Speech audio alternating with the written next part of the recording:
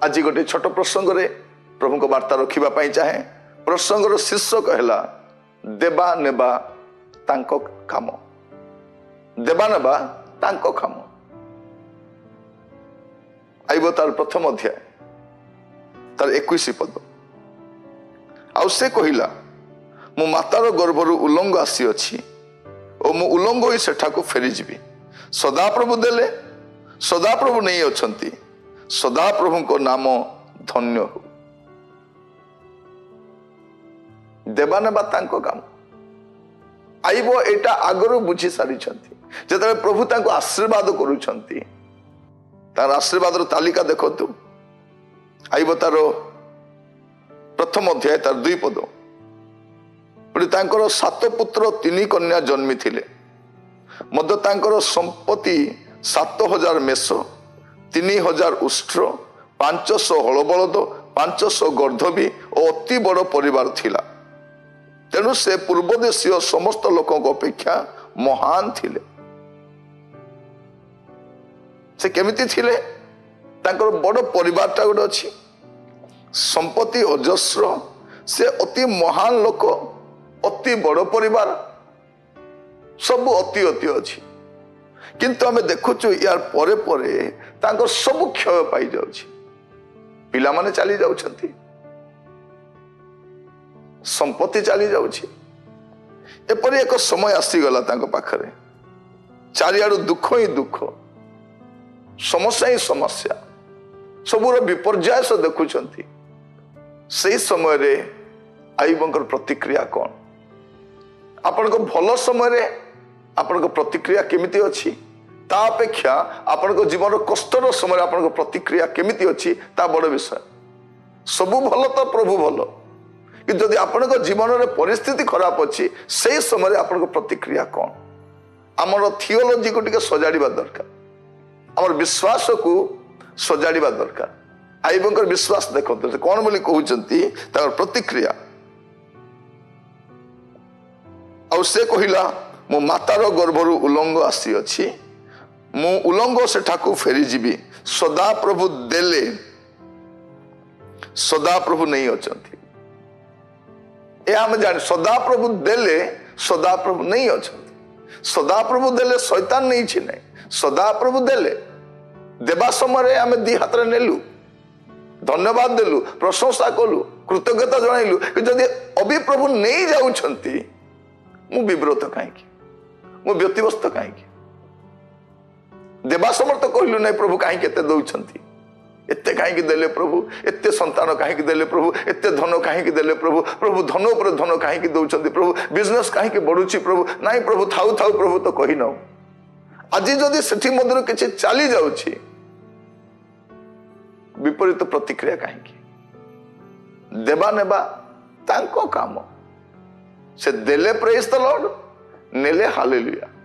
एटा हमर चिंताधारा। से देले तांको नाम धन्य हो, से नेले भी तांको नाम धन्य हो। कारण देवा नेबा तांकर काम अटे। आज मैं आपन को पचारिबा पई चाहे, प्रभु जेबे आपन को दउछंती आपन को प्रतिक्रिया केमिति? प्रभु नेले आपन को प्रतिक्रिया केमिति? चाकरी मिलिले केमती लागे, चाकरी गले केमती लागे, धन संपत्ति आसिले केमती लागे, गले केमती लागे, सुस्थ स्वास्थ्य थिला बेले केमती लागुची, असुस्थ घोषणा कला पर केमती लागुची। कोनोसी पद पदवी मिलिले हमर प्रतिक्रिया केमती, गला पर केमती थाउची? जते मिली जाए हमर गर्वर सीमा न थाए, जते चली जाए सबू भंगा रुजा करके पळ, मु तो जीवित जीवी सबू गड़बड़ करके जीव। किंतु आइब कौन कहउछंती प्रभु देले प्रभु नेले। सदा प्रभु को नाम धन्य हो। देले धन्यवाद, नेले मध्य धन्यवाद। कारण से दियंती से नियंती। देवा नेबा तांको काम। यह आपण सजाड़िबा दरकार। प्रभु जतल सुनाम दउछंती ठीक अछि, दुर्नाम मध्य ग्रहण करने प्रस्तुत थिबार अछि। धन देले आमे नहीं पारुछु, गला पर भी आमे व्यतिव्यस्त हेबान।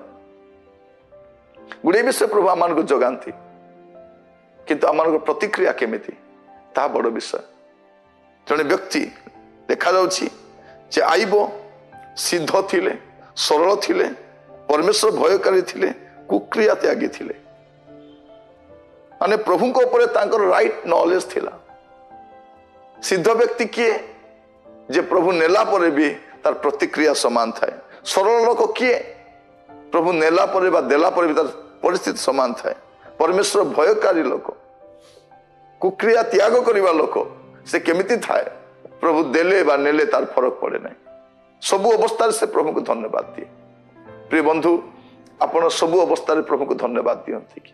ସବୁ ପରିସ୍ଥିତିରେ ଧନ୍ୟବାଦ ଦିଅନ୍ତି କି? ଅତୀତରେ ଆପଣଙ୍କର ହୁଏତ ଅନେକ କ୍ଷତି ହେଇଯାଇଛି, ଧନ୍ୟବାଦ ଦେଇପାରୁଛନ୍ତି କି? ଆପଣ ପାଇବା ସମୟରେ ଧନ୍ୟବାଦୀ ହେଲେ କି? ପ୍ରଭୁ ଆପଣମାନଙ୍କୁ ଏହା ବୁଝିବା ପାଇଁ ସାହାଯ୍ୟ କରନ୍ତୁ। ଆସନ୍ତୁ ପ୍ରାର୍ଥନା କରିବା। ଅନୁଗ୍ରହକାରୀ ପିତା ପରମେଶ୍ୱର, ଆମମାନଙ୍କ ଜୀବନରେ ପ୍ରଭୁ ଯେତେବେଳେ ଆମେ କିଛି ପ୍ରାପ୍ତ ହେଇଥାଉ ଆମେ ଅତି ପ୍ରସନ୍ନ ହେଇଥାଉ ପ୍ରଭୁ, କିନ୍ତୁ ଚାଲିଗଲା ପରେ ଆମର ମୁଖ ବିବର୍ଣ୍ଣ ହେଇଯାଉଛି ପ୍ରଭୁ। ଆମର ମୁଖମଣ୍ଡଳ ରୂପ ପରିବର୍ତ୍ତନ ହେଉଛି। ପ୍ରଭୁ ଆଇବଙ୍କ ତୁଲ୍ୟ ଜୀବନ ଦିଅ ପ୍ରଭୁ, ଯେପରି ଆମେ ଜାଣିପାରିବୁ ଦେବା ନେବା ଆପଣଙ୍କର କାମ ବୋଲି।